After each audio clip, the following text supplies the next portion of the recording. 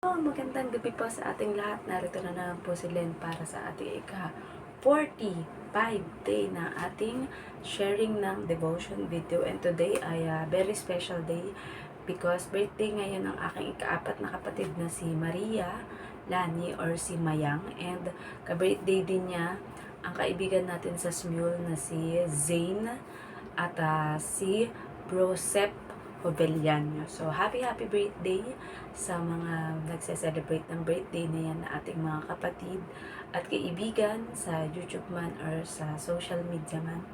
And nawa ay bigyan pa kayo ni Lord ng mas mahabang buhay para i-celebrate at syempre maging kagamit-gamit para sa gawain ni Lord dito sa mundo. Ayan. So, bago po tayo magpasimula ay let us all pray. Ama namin Diyos na makapangyarihan sa lahat, muli nagpapasalamat po kami, Panginoon, para sa panibagong mga kaarawan na ipinagkaloob niyo sa mga may kaarawan ngayon, Panginoon. At nais ko lang po magkaroon ng special prayer, Panginoon, sapagkat may mga kapatid kami sa social media, Panginoon, na nangangailangan ng matinding prayer, Panginoon, sapagkat pakiramdam nila, Panginoon, ay nawawalan na sila ng pag-asa, Panginoon, at parang nais na nila nawakasan ang kanilang buhay at paghihirap dito sa mundo, Panginoon. Ngunit we rebuke it, Lord God, in your precious name, Panginoon, na nawa ay hindi niyahayaan, Panginoon, na magtagumpay ang gawa ng kalaban o kaaway sa Kanya, Panginoon, na kitlin ang sarili niyang buhay, Panginoon. I pray, Lord God, na bigyan niyo po siya ng kaliwanagan, Panginoon, at tulungan niyo po ang bawat isa sa amin na maging instrumento, Panginoon, upang hindi niya gawin ang bagay na pagsisisihan niya sa huli, pagkat kayo po ang nagbigay sa amin ng buhay na ito, Panginoon, at kayo lang po ang may karapatan na kunin ito ayon sa itinakda ninyong oras at panahon, Panginoon. At dalangin po namin, Panginoon, na nawa ay mawaksi sa kanyang isip, Panginoon, o kahit sino man na nakakaisip, Panginoon, na nade-depress ngayon, Panginoon, na-stress, Panginoon, na ano man ang mga deepest prayer nila, Panginoon, upang hindi mangyari, Panginoon, ang kanilang iniisip na yun, Panginoon, ay baguhin niyo po ang kanilang pag-iisip, Panginoon, at iparamdam niyo po at maramdaman nila ang inyong pag-ibig, Panginoon, at pagpapatawad, Panginoon. Dahil kagaya ng ginawa ni Judas Iscariote, Panginoon, na nagkanulo sa inyong anak na si Jesus, Panginoon, kung siya ay humingi ng tawad, imbis na gawin ang pagpapatiwakal na yun, Panginoon, ay di sana ay masaya pa ang naging buhay niya at naging kagamit-gamit pa siya para sa pagpapalaganap ng ebanghelyo ninyo dito sa mundo, Panginoon. At salamat po, Panginoon, dahil alam namin pinagkaloob niyo na, Panginoon, ang aming mga idinadalangin, Panginoon, at ang karunungan, Panginoon, para sa aming magiging pag-aaral ay ipinagkaloob niyo na, Panginoon. Dalangin po namin na ito ay laging maghari, Panginoon, sa puso at isip ng bawat isa, Panginoon, tungkol sa inyong pagmamahal, pagpapatawad at pagtanggap sa amin sa kabila ng aming mga kasalanan at ng aming kakulangan, Panginoon. Kayo po nawa ang mataas, Panginoon, at laging langisan ng aking labi, Panginoon, upang ang aking maipapahayag lamang ay tunay na tungkol sa inyong mga salita at nais nyong ipatid sa aming kapwa. Muli, ibinabalik po namin ang lahat ng papuri at pasasalamat sa tanging pangalan ng inyong bugtong anak na si Jesus. Amen. So, ito po yung nakasulat sa Lucas 18:8. Sinasabi ko sa inyo, agad niyang ibibigay sa kanila ang katarungan. Ngunit sa pagbabalik ng anak ng tao, may daratnan pa kaya siyang mga taong may pananampalataya? Message. At sinabi nga ni Jesus na agad daw ibibigay sa atin ng Diyos ang katarungan. Subalit sa pagbabalik daw niya, may madaratnan pa daw kaya siyang mga taong may pananampalataya. Application. Ang lahat naman talaga ng bagay bago natin hilingin ay naipagkaloob na sa atin ng Diyos. Di naman lumilipas ay isang buong araw na di tayo nakakakain. Mayroon tayong bahay o lugar na natutulugan at puno ng mga likas na yaman ang paligid. Subalit kung naghahangad pa tayo ng mas maraming pera, kaya nagtatrabaho tayo dahil may mga bayarin, gaya ng renta sa bahay, tubig, kuryente, pamasahe at mga iba pang sangkap sa mga lulutuin. Sa tanong naman ni Jesus kung may madaratnan na pananampalataya, ay marami ng ganito sa panahon natin ngayon, dahil worldwide na at nagkalat ang mga nangangaral. So, purihin ang pagkabasa ng salita ng Diyos. So, ganito lang kasi yan para tayo ay mas makasigurado na ang ating mga panalangin ay diringgin ng Diyos. Una, dapat yan ang laging laman ng ating isip. Pagkatapos, binubuka ng ating bibig at dinedeclare natin na natanggap na natin ang mga ipinapanalangin natin. And sabi nga, di ba, kapag nakita ng Diyos sa ating puso at isip na naghahari ang kanyang anak na si Jesus, ay hindi mag-aatubili ang Diyos na tuparin ang ating mga hinihiling. And syempre, manalangin tayo ng taimtim sa Diyos kung kinakailangan na walang nakakakita sa atin at walang nakakarinig, tayo lamang. We can all pray to God kung kinakailangan na tayo ay lumuha at i-express natin ang sobrang hangarin natin na makatulong sa ating kapwa. Like kagaya ako, I pray for much more financial breakthrough, nang sa gayon ay makatulong ako sa mga kapatid natin na higit na nangangailangan. Kagaya yan, alam ko yung kapatid natin na yan na kailangan ng sobrang panalangin dahil tinutuksyo siya ni Satanas na tapusin na ang kanyang buhay para wala na siyang paghihirap. Pero isipin niya at maisip niya sana na kapag ginawa niya yun ay habang buhay na pagdurusa ang pagdadaanan niya. Nandito na siya nasa pagkakilala na siya at pagtanggap sa ating Panginoong Jesus at sa ating Panginoong Diyos, at binago na niya ang kanyang pagkatao at mas pinili niya kung ano yung kalooban ng Diyos. At nawa kasama natin na ipag-pray din siya, ang kapatid natin yan, dahil isa yan sa mabuting kapatid at kaibigan namin dito sa social media.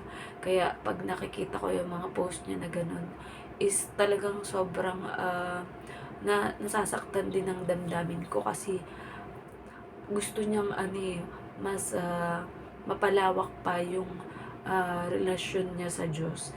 And yung hangarin niya talaga is marami pa ang mabahaginan ng tungkol sa kaligtasan at pag-ibig ng Diyos. Kaya sabi nga, 'di ba, kapag tayo ay may tendency na halimbawa tatanungin ang pangalan natin ng Diyos, kumpare nagiging conversation nila ng ating Panginoong Yesus sa langit, 'di ba? Sasabihin, ito halimbawa si Len. Sabihin, ano ba ang nito? Kaso nito, dahil syempre ang ating Diyos Ama ang hukom, 'di ba? Sasabihin, at ang gagawin lang ng ating Panginoong Hesus, Ama, ang aking Ama or Aba Father, ayan ang pangalan ni Len ay narito na sa aking kamay sa pamamagitan ng sugat na ito, na pagkapako ko sa krus ay tinubos ko na ang kasalanan ng anak ko na yan, kaya yan ay justified na. Kumbaga, kung ang Panginoong Diyos Ama ang ating hukom or judge, ang ating attorney naman ay walang iba kundi ang ating Panginoong Yesus na tagapagtanggol natin sa anumang kaso na nais ibigay sa atin ng kalaban, 'di ba? Na ang kalaban kasi lagi-laging kanya, i-condemn na, ito, makasalanan to, nakakagawa to ng kasalanan to, anak mo na to. Pero pag sa kalangitan and sa pagitan ng ating Diyos Ama at ng ating Panginoong Yesus, we're already justified because we already received the Lord Jesus Christ as our Lord and Savior. At ang ating hangarin ay mas marami pa ang matulungan na mailigtas ng mga kapatid natin or kakilala na hindi pa nakakakilala sa ating Diyos. At kagaya yan, kapag nawalan sila ng pag-asa, ay sasabihin lamang natin at ipapahayag natin ang pagmamahal at pagtanggap na ating Diyos Ama sa kahit anuman ang kamalian, kakulangan natin, di ba?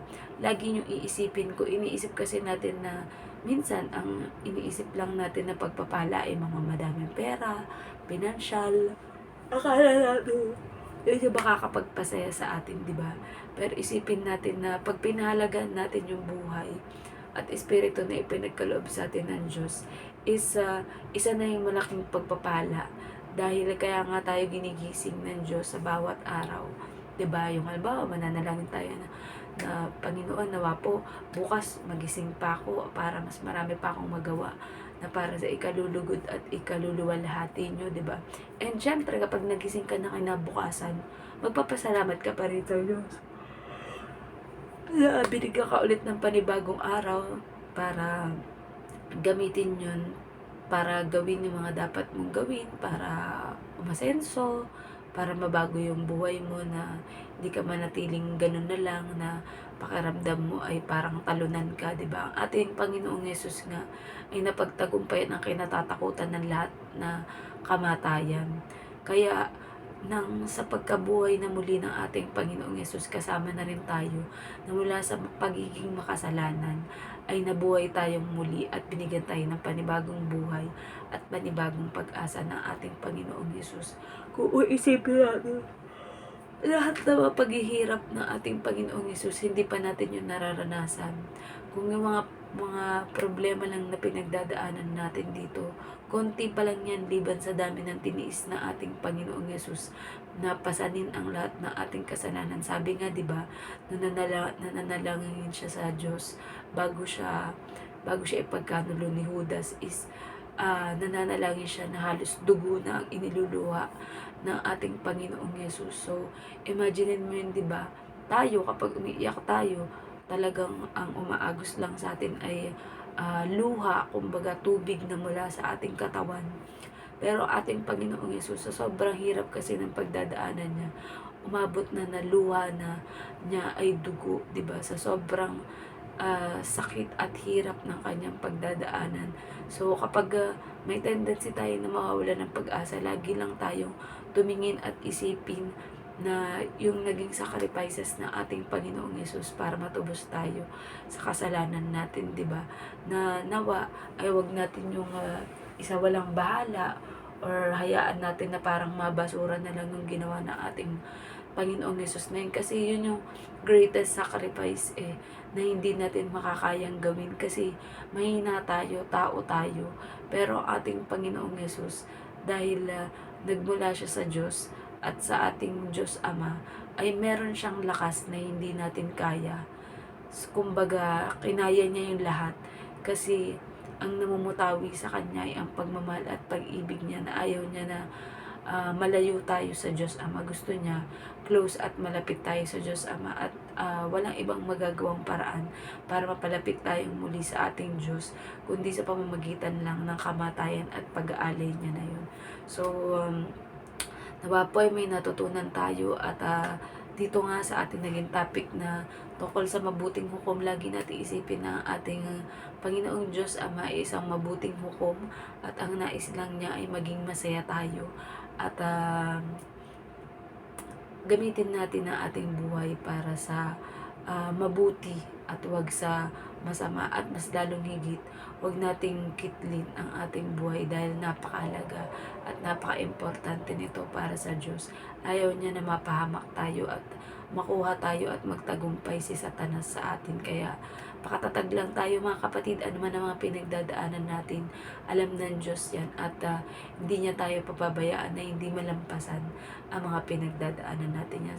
So tayo po ay mag-end up into prayer. Ama namin Diyos na makapangyarihan sa lahat, muli salamat po dahil alam namin kayo ay mabuting hukom, Panginoon, at anumang aming mga dalangin, Panginoon, ay pagkakaloob nyo, basta wag lamang po kaming susuko at wag kaming mawawalan ng pag-asa, Panginoon, dahil sabi nyo nga, ang dapat na manatili sa amin ay ang pananampalataya, ang pag-asa at pag-ibig. Ngunit higit sa lahat, Panginoon, naway lagi naming maisip at maalala, Panginoon, kung ganyan ninyo kami kamahal, Panginoon, at ayaw nyo kaming mapahamak, Panginoon, pagkus ay nais ninyo na maging masaya kami, Panginoon, na i-enjoy namin ang buhay dito sa mundo habang kami ay nabubuhay, at kung sakali man na babawiin nyo na ang pinahiram nyo sa aming buhay, ay maluwalhati kaming aalis sa mundo ito, Panginoon, na payapa, Panginoon, at hindi sa pamamagitan ng pagkuha namin sa sariling buhay namin, Panginoon. At dalangin po namin na patatagin nyo ang bawat isa sa amin, Panginoon. Sino man na may mga pinagdadaanan ng mga financial problem, Panginoon, emotional, psychological, Panginoon, family problem, Panginoon, financial problem, Panginoon. Alam ko po, Panginoon, na mapagtatagumpayan namin ito lahat, Panginoon. Basta wag lang kaming bibitiw, Panginoon, sa pagkakakapit at pananalig namin sa inyo, Panginoon. Pagkat naniniwala kami, Panginoon, na mayroon kayong gagawin, Panginoon, at sasagutin ninyo ang aming mga panalangin, Panginoon, lalo na ko ito ay nanggagaling sa aming puso, Panginoon. At ito'y laging laman ng aming isip, Panginoon. Huwag niyo pong hayaan, Panginoon, na magtagumpay sa amin ng mga gawa ng kaaway, Panginoon. Bagkus ay laging ang kalooban ninyo, Panginoon, ang mangyari at matupad sa aming buhay. Ikaw po ang madakila at mataas, Panginoon. Muli, binabalik namin ang lahat ng papuri at pasasalamat sa tanging pangalan niyo, bugtong na anak na si Jesus. Amen. Good night po sa ating lahat and God bless. Bye!